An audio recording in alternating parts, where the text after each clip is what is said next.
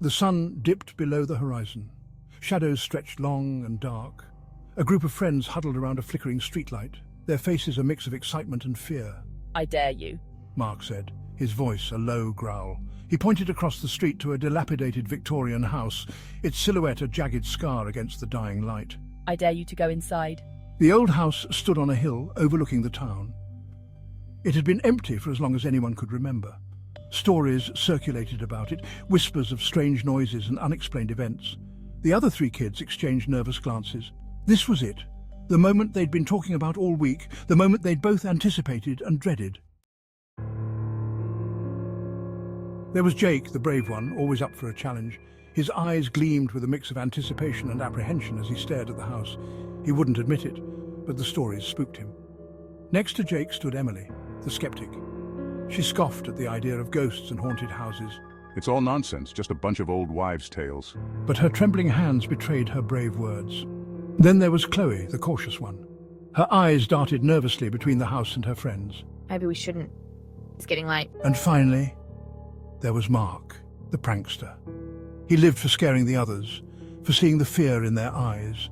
He knew the stories about the house were just stories, weren't they?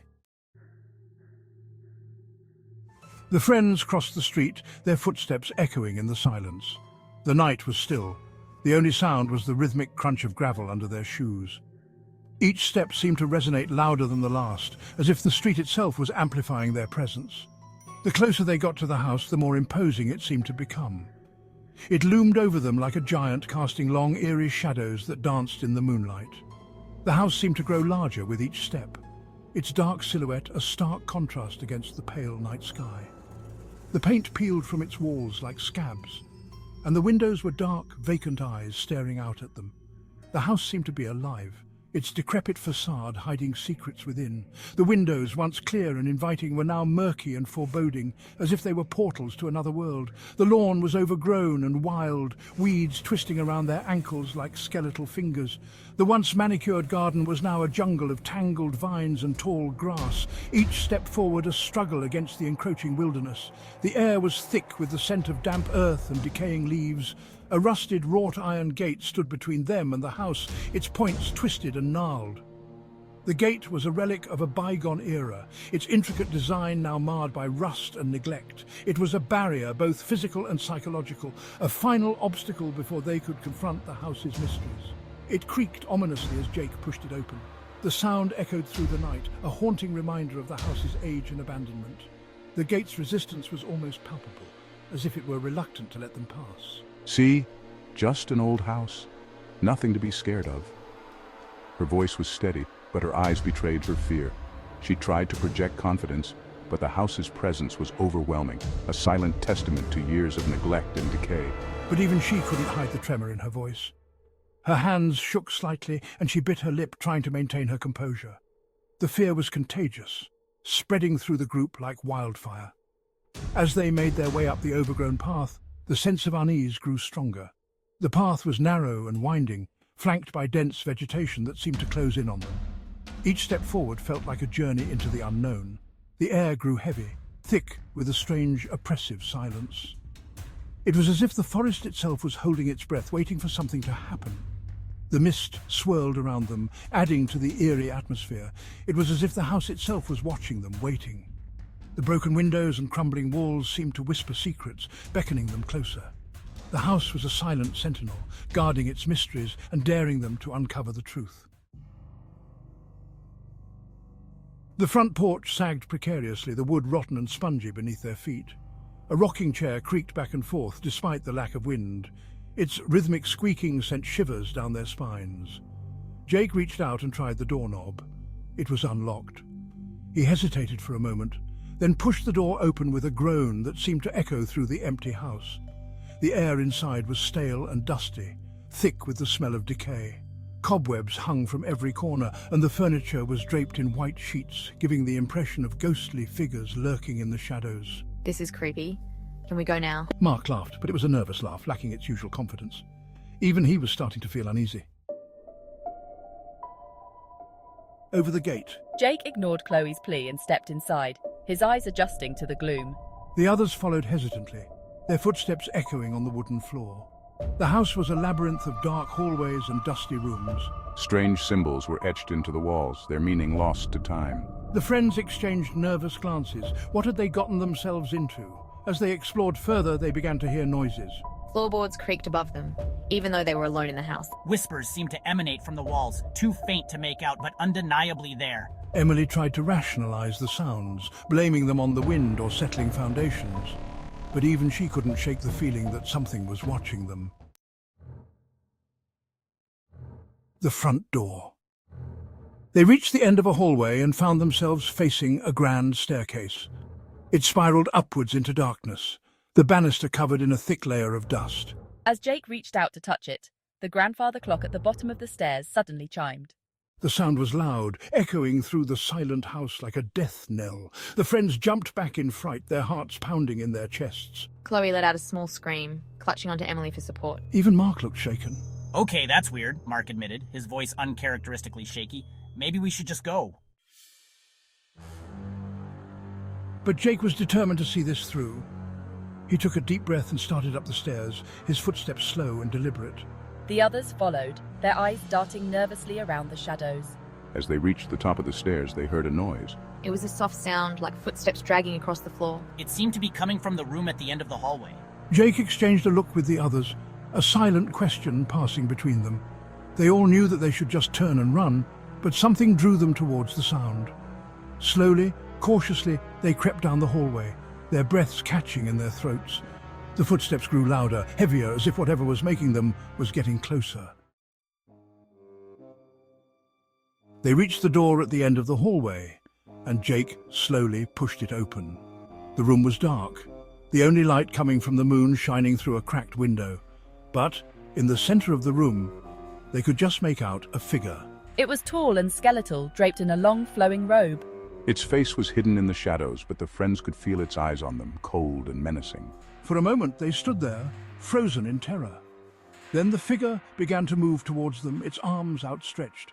Its touch, they knew, would be icy cold, draining the warmth from their bodies. Chloe screamed and turned to run, but the figure was faster. It lunged towards them, its claws bared. Jake grabbed Chloe's hand and pulled her along as they turned and fled back down the hallway. The darkness seemed to stretch endlessly before them, every shadow a potential threat. Their footsteps echoed ominously, a constant reminder of the danger that lurked just behind. Emily and Mark were right behind them, their faces pale with terror. The fear in their eyes mirrored the dread that gripped Jake and Chloe. They could hear each other's ragged breaths, a symphony of panic that spurred them to run faster. They raced down the stairs, their pursuer close behind. The old wooden steps creaked and groaned under their weight, threatening to give way at any moment. Each step felt like a gamble, a desperate bid to escape the unseen horror that chased them. They could hear its raspy breathing, feel the heat of its presence. It was as if the darkness itself had come alive, a malevolent force intent on capturing them. The air grew thick with tension, every second stretching into an eternity. The house itself seemed to be against them, the floorboards shifting beneath their feet, the walls closing in. It was as if the very structure was conspiring to trap them, to hold them captive within its sinister embrace. The walls seemed to pulse with a life of their own, narrowing the corridor and making escape feel impossible. They burst out of the front door and into the night. The sudden change from the oppressive darkness of the house to the open night sky was disorienting. For a moment, they stumbled, their eyes struggling to adjust to the dim moonlight. The cool air hit them like a slap in the face, but they didn't stop running. The adrenaline coursing through their veins pushed them onward, their legs moving on autopilot. The night was eerily silent, the only sound their frantic footsteps and the pounding of their hearts. Not until they were far away from that house, far away from the evil that lurked within.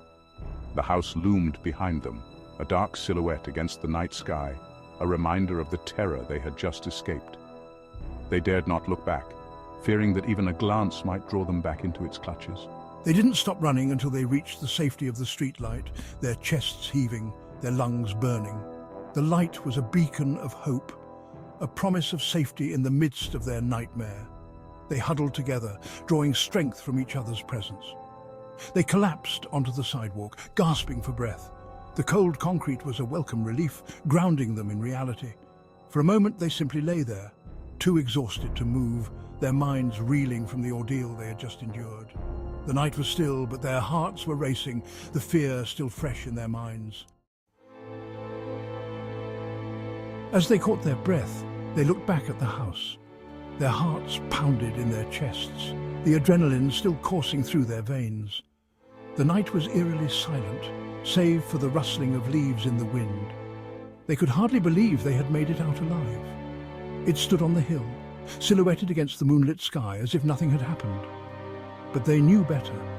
The house had a presence, a malevolent force that seemed to watch their every move.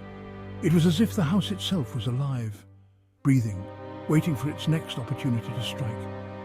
They had seen the evil that lurked within its walls. The shadows seemed to move on their own, and the air was thick with a sense of dread. Every creak of the floorboards, every whisper of the wind felt like a sinister presence closing in on them. Hey! I told you we should have left, Chloe stammered, her voice trembling. Her eyes were wide with fear, and her hands shook uncontrollably. She had felt the malevolence of the house from the moment they stepped inside. I told you that place was haunted. She had tried to warn them, but they hadn't listened. Now they were paying the price for their curiosity. Emily, for once, had no argument. She had always been the skeptic, the one who dismissed ghost stories and tales of haunted houses. But now, she couldn't deny what she had seen with her own eyes. She had seen enough to convince even the most hardened skeptic. The terror in her eyes was unmistakable. She had felt the cold touch of the supernatural, and it had left her shaken to her core. As they made their way home, their silence was broken only by the sound of their own footsteps. The night seemed to stretch on forever, and every shadow felt like it was hiding something sinister. They walked quickly, eager to put as much distance between themselves and the house as possible. They never spoke of that night again. The memories were too painful, too terrifying to revisit. But the fear lingered, a constant reminder of the evil they had encountered. But they never forgot the terror they felt, the evil they encountered. It haunted their dreams, turning peaceful nights into nightmares. They could still hear the whispers, feel the cold touch of the house's malevolence.